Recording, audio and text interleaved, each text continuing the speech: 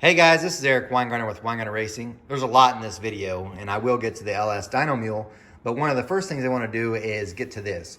So several people in the other video that I posted about my new favorite LS3 head, which happens to be this one, they asked, could you give the measurements as far as the minimum CSA and all that stuff?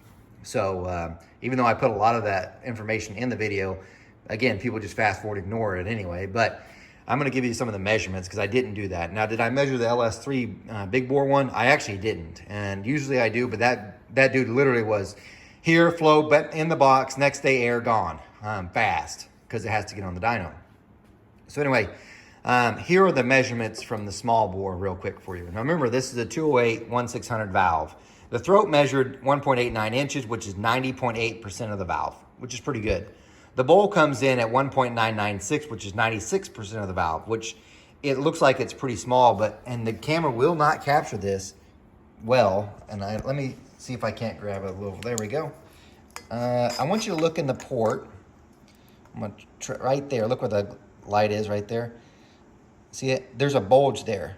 And what that is the bowl on the exhaust side bulges over into the intake bowl. Now this is not uncommon. The AFR LS3 head, if you get that, it looks the exact same way. So the bowl, if you're going to make it bigger, don't ever take from this side, because if you remove that lump, you're going to have like next to no material between here, and it's just going to crack and eventually have a hole.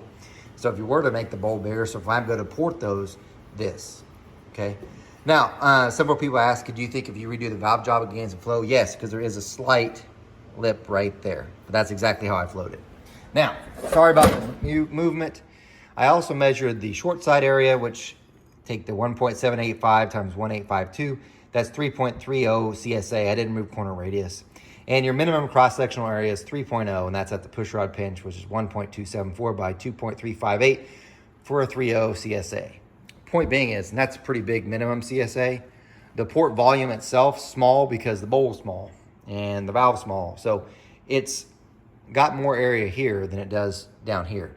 It'll be perfect for going for racing and stuff, and I think this is going to be an amazing head. So there's that information about that. Now to this. I talked to Gary Dunsworth, and as you know, all my Dyno Mule stuff, I try to dyno there at Dunsworth Machine.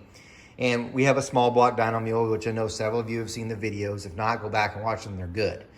I called him this week because I was thinking, you know what? I need to do something with some LS stuff. And yes, he just sent me these really just to flow, but I really wanted to have some information on LS, and I'm not going to be the LS fanboy, as you know, but I want to do some more research on it, and I'm going to have a LS Dyno Mule built. Now, it probably will not be done until after the first of the year because he's just now getting the block, and we're going to start doing some work. I need to contact SCAT and get the rotating assembly race tech for the pistons. What I'd like to do is the small bore heads versus the cathedral, because they flow about the same, see how those compare. Of course, you're going to have a different intake manifold versus the cathedral versus LS3. I understand that. But I'm going to do some of that testing as well. And I know some of you are thinking, well, why bother? Richard Holder's already done tests like that. You should go check it out. Guess what? I've already checked it out. I checked it out when it was in magazines. See, here's the thing. And I'm not knocking Richard Holder, but most of you don't know this. Most of those tests you see that he's done, those were tests that were in Hot Rod Magazine, Chevy High Performance, and Carcraft. They were done, the ones done at West Tech. So all those, I shouldn't say all, most of those tests you see are actually old tests that were already in the magazines. So for folks like me, I've already read those years ago. Now they might be new to you, but those are not new. Now some of the other stuff, of course, he is. And I know he still does the actual dyno tests currently. So I don't want to say it's all, because I am seeing him actually doing some different testing as he is now. Totally is. But I'd say a good chunk is just old testing. So I've already read about it, and I want to do different stuff with newer things and different designs. And I'm sure he still is too. So, and I'm really not trying to take anything away from him. But more what I'm trying to do is this. You know, I'm an engine guy. Everybody thinks I'm a small block Chevy guy. I'm really not. I'm more of a big block Chevy guy. But I do like all the engines. What I'm curious to see, and I've been wanting to do this, and there is other magazines that's done this already anyway.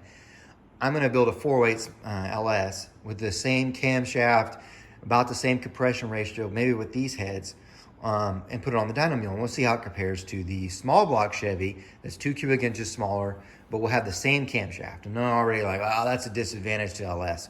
Well, guess what I'm gonna do? I'm gonna find a camshaft that actually matches the LS, and then I'm also gonna shove that into the small block Chevy to see if it does the same thing. So we're testing a whole bunch of different things. More to compare, is it just an LS thing or is it just a small block Chevy thing? How close really are they? And I'm even gonna keep track of the bills because, you know, probably one of the biggest myths besides the LS being the greatest engine in the world is so many people say this garbage. This is the line. LS engines are cheaper. They are not cheaper. I don't know. You must have never built an LS engine. Instead, you went to the scrap yard, got you one and put a camshaft in it, and then it's cheaper. But you sure didn't build it. For instance, the retail on these heads, because several people have asked me, it depends on how they're set up. They're retail between, I think, $2,100 and $2,300. Now, these are from ProMax, hydraulic roller setup. If you went with the solid roller setup, I think you're like $2,600 for these LS heads. Great heads, right? All right, the ProMax heads that are used on the actual Dyno Mule, which a solid roller spring, $1,650. I think that's what they run. So $1,000 more expensive for just the heads. Here's the even better part. My CNC version of the 215 for a small block Chevy is like $2,600. That means the full CNC version for a solid roller is the same price as this as-cast LS head. So please don't tell me LSs are cheaper. Price of rotating assembly, it's more expensive. Look at an aftermarket block for an LS, they're more expensive. LSs are more expensive unless you're just getting them from the junkyard and trying to use the short block. I want to make real power, and I also want it to last for a while, so it's going to cost a little bit. Next thing with the LS, and this is a big thing, which might separate me besides just doing the comparison, I'm going to try to talk to either Vortec, Superchargers, ProCharger, Torque Storm, and see if I cannot get a deal at least on a Supercharger setup. I can't do turbo. There's not enough room on the dyno. It's a huge headache.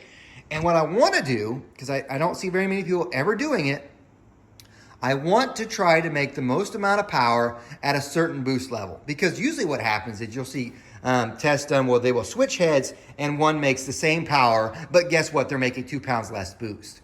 So if it makes 10 pounds of boost, it needs to make 10 pounds of boost on all, or close thereof. Or how much power can I make at the lowest boost level, like 5 pounds? Which one makes more? So really, I'm going to do, besides just NA testing, that as well.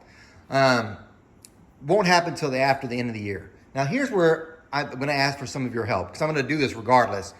But here's something I came up with that might help you. I'm going to start offering channel memberships. And at first, it's going to seem a little expensive, but give me a second. It's going to cost $150 a year. And it's going to start, I'll probably put it up on the website on Monday. It will start on November 1st. And what will happen with that for that $150 is every dyno test or book like this, I'm just going to charge $10 over cost, which is what I was doing this year. I'm no longer doing that because it's worth more than that, quite frankly. Which, by the way, side note, please go to my website, wengines.com, and purchase the books. It helps with the dyno testing. Version 4 of the small block one, which really is 3, I just sent it to the printer. It should be done at the end of the week. So for the 10 people that have already pre-ordered, it's there. It's going up after that. So make sure you get that. But anyway, here with a $150 membership, you get the books for $10 more in cost. I'm not going to do that anymore next year. It's just going to cost more. If I don't sell as many, I just don't. Because quite frankly, I sold the big block Chevy book for way more than $10 over cost. I sold maybe a third of what I did the small blocks, and I made 3 times the amount of money. Which, by the way, you're like, oh, you make all this money on books. No. I haven't even broke even on all the tests. I'm being straight up honest, not even close to breaking even. I'm just trying not to spend as much. Anyway, so with the membership, what you'll get is you'll get $10 over the cost of the book. The PDF you'll get for $10, and you're like, well, what's the benefit of that then? If I pay $150, that's worthless. Here's the thing. What I am going to do is I'm going to set up either a group email or a group text for the people that are memberships. And as I'm dynoing, I'm just going to send you those dyno charts, everything else. So any of the information is just getting sent out in a raw form. So essentially, you're getting all this information anyway. It's just not as organized. But you'll get that for free. So as I'm dynoing, sheet comes off, picture, group text, you all see it. And that's what's going to happen. So this way, if you don't I don't want to spend an extra $10 for the book, then don't. You've already got all the information. You will have gotten that. So that's a huge thing. Here's the other thing. I'm going to start collating every flow sheet I can for every head I flow. If the customer gives permission, it'll be in there too. At the end of the year, you're going to have the massive book, and this book's probably going to be huge. It will have all the flow tests I've ever done throughout the year, all the dyno tests throughout the year, and that will be $10 more in cost too, while everybody else will be paying a pretty good chunk because that book's going to be thick. Here's another thing. For 25 bucks extra for a year, you get free tech questions answered. And here's what I mean. I usually answer questions anyway, but one of my biggest pet peeves, and I've said this before and people just do not understand, I despise, and you are an extremely rude person, and it's so impolite to ask me technical questions about a product you did not purchase for me. Because, and I'm not making fun of Skip White, but it seems like I get the most from that one.